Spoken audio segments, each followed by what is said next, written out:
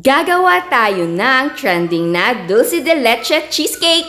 Yes, eto yung sikat na Dulce de Leche Cheesecake na nakikita natin lagi online. Napakadali lang ng recipe at pwede siyang gawing pang negosyo.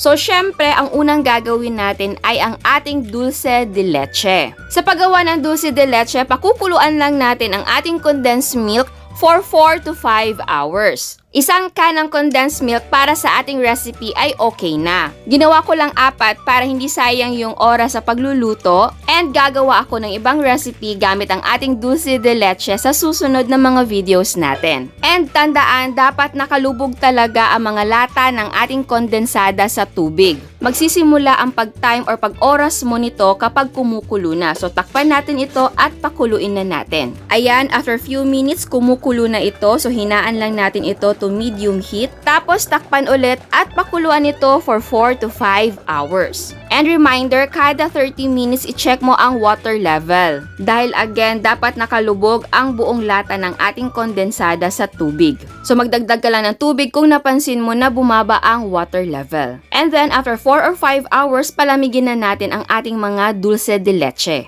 So eto yung ating crush na graham cracker. So lagyan natin ito ng cinnamon powder. Optional lang naman ang paglalagay ng cinnamon powder at ng ating asukal. Pero syempre, masarap yung crust kapag may cinnamon powder at brown sugar. Tapos, lagyan natin ng melted na butter or margarine. Ayan. Haluin natin ito ng mabuti.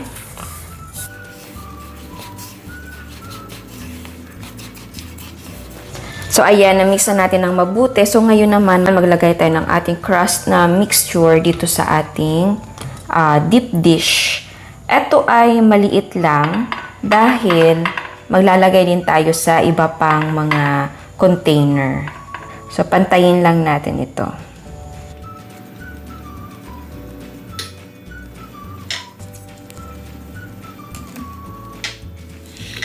So, ayan, ito yung ating first na container. Nalagyan na natin ng crust. So, ngayon naman, etong ating maliliit. So, lagyan natin din ito. Ayan.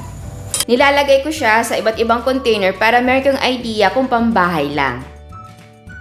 And syempre, meron din tayong clear pack para kung gusto nyo na pang negosyo or pang regalo, pwede nyo ibigay yung ating lalagyan. Pero yung famous talaga na ginagamit ay acrylic na container. Medyo pricey yun, pero maganda nga naman siyang tignan. Pero kung gusto nyo na mura, eto, clear packs or microwavable na container. Merong mga square. Pero kung meron kayo iba na tipuhang container, walang problema. Basta presentable ang product. At ayan, eto na sila. So, ilagay na muna natin sa chiller for 30 minutes or until ready to use. Eto yung ating cream cheese. Eto ay softened na. So, i-cream natin ito. Yan. So, gamit ka ng mixer para mag-cream. Pero kung wala kang mixer, pwedeng gumamit ng wire whisk.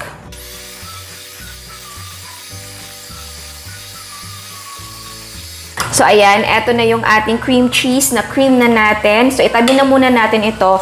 At eto namang ating gelatin ay lagyan natin ng tubig. Ito ay room temp na water. So, ibabad lang muna natin yung ating gelatin sa tubig para mag-bloom siya. Tapos mamaya, tutunawin natin siya sa mainit na tubig. And then, after a few minutes, lagyan natin ito ng konting mainit na tubig. Pwede mo i-microwave, pero kung wala kayong microwave, ganito na lang. Tapos, haluin natin yan para mag-melt.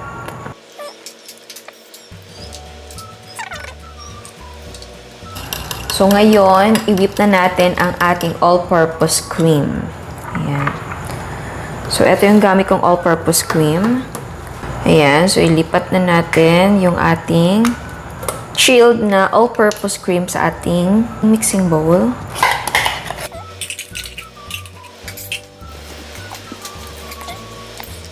So, i-whip natin ito sa high speed until mag-double ang volume ng ating cream. Ayan, nag-double na ang size ng ating cream. Ngayon naman, ilagay na natin ang ating cream cheese. Ayan.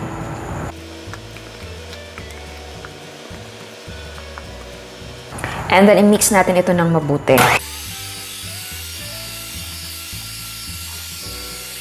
Ngayon naman maglalagay tayo ng condensed milk para maging matamis yung ating mixture.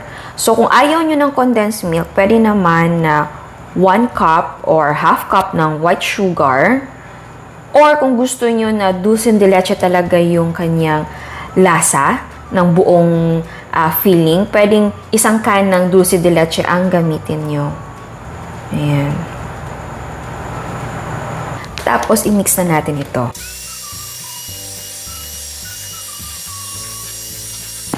Next naman, ilagay na natin ang ating tinunaw na gelatin. Pa-konti-konti, ilagay natin yung ating gelatin, tapos i-mix natin.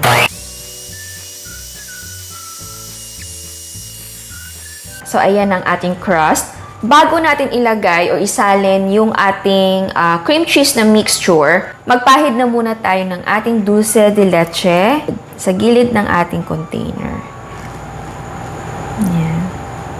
Para makita yung beauty. Design na din siya.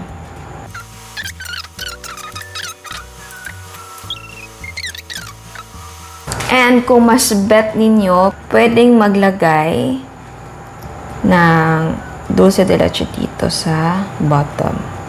Kung gusto nyo lang naman.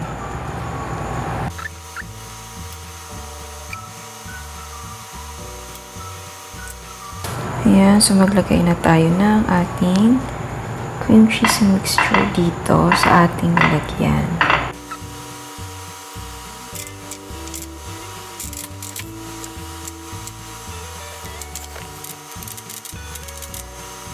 Tapos, i-chill na muna natin overnight para mag-firm ito.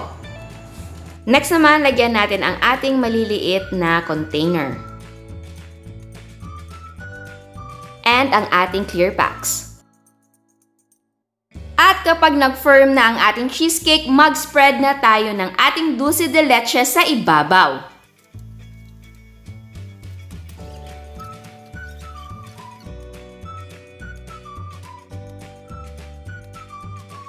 Tapos, maglagay na tayo ng toppings na leche flan.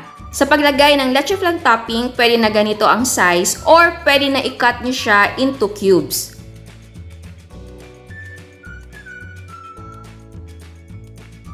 At ayan, eto na ang dulce de leche cheesecake! Pero bago tayo mag-taste test, sa hindi pa nakasubscribe, please subscribe sa ating YouTube channel and please click the notification bell and please click all para ma-notify kayo sa lahat ng uploads. So ayan, tikman na natin. So eto na yung ating tikman, nasa maliit na container. Ayan. Ooh. Eto na.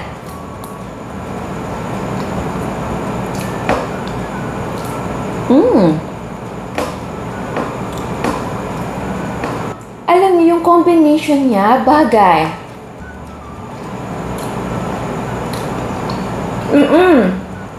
Ano ba explain? Lahat ng layers na inilagay natin, superb. Alam mo yung lasa niya na parang may yema, may caramel, parang may toffee, ganun. Ang sarap niya na pang topping sa cheesecake. Oh my God.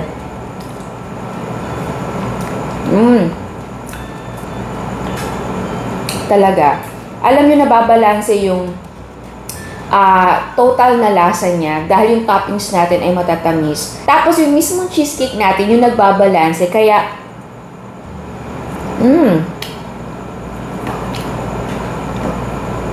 type na type ko siya. Diba trending to online kasi nga sa appearance pa lang niya, ang ganda na. Talagang attractive kapag ang topping mo ay leche flan, tapos meron pang dulce de leche. Kagaya nyo din ako na kapag may nakitang masarap tsaka maganda na pagkain sa social media, talagang gusto ko din siyang gayahin. At tsaka malayo din ako kung saan ito binibenta, kaya gawa na lang tayo sa bahay. Kaya sa mga naaakit nito at hindi makabili dahil malayo, pwede nyo nang gawin sa bahay. So ayan, sana nagustuhan nyo ang recipe na ito. Ciao! At eto ang mga prices ng ating mga sangkap. Kung clear packs ang gagamitin, makakagawa ka ng 8 pieces. Ang cost per yield ay 103 pesos and 44 centavos. Pwede mong ibenta ang isang clear pack ng 120 pesos or 150 pesos. Again, ang selling price ay magdidepende kung magkano ang mga presyo ng mga sangkap sa inyo. And again, sa mga hindi pa nakasubscribe, please subscribe sa ating YouTube channel and please click the notification bell and please click all para ma-notify kayo sa lahat ng uploads. And please don't forget to like our Facebook page and follow us on Instagram. Thank you!